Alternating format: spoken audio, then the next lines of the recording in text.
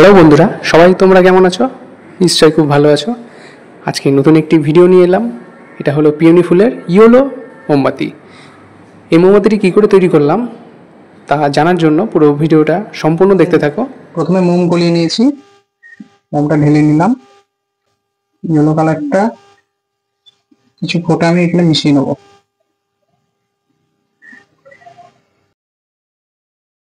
বেশ কিছুটা কালার মিশিয়ে নিয়েছি, এবার এটা আমি গুলে নেব।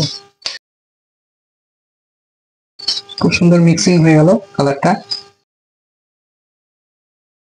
মোল্ডের মধ্যে এখন ঢেলে নিচ্ছি।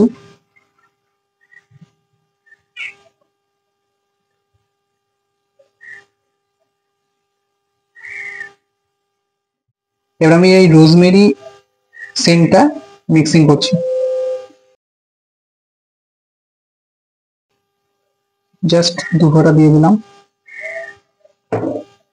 এবার একটা স্টিক দিয়ে আমি এটা একটু ভালো করে মিশিয়ে নেব, যাতে সেন্টটা ভালো করে ক্যান্ডেলের মধ্যে ছড়িয়ে যায়। ব্যাস, এবার আমরা অপেক্ষা করব মোটামুটি 40 মিনিট পর এটাকে ডিমোল্ড করব।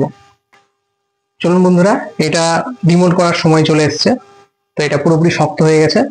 এবার আমি এই হলুদ পিওনি ফুলটা ডিমোল্ড করছি। এভাবে আস্তে আস্তে ছাড়িয়ে নেব। প্রথমে বেশ সুন্দর ছেড়ে গেল। এবার জাস্ট আলগা করে আমি বার করে নিলাম। এত সহজে ডিমোল্ড হয়ে গেল। সুন্দর হয়েছে ফুলটা, দেখতে পাচ্ছেন কোনো অংশ ভেঙে যায়নি। মোল্ডের ভিতরটা একদম পরিষ্কার।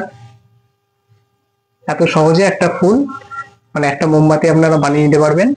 ট্রাই করতে পারেন। ধন্যবাদ সকলকে।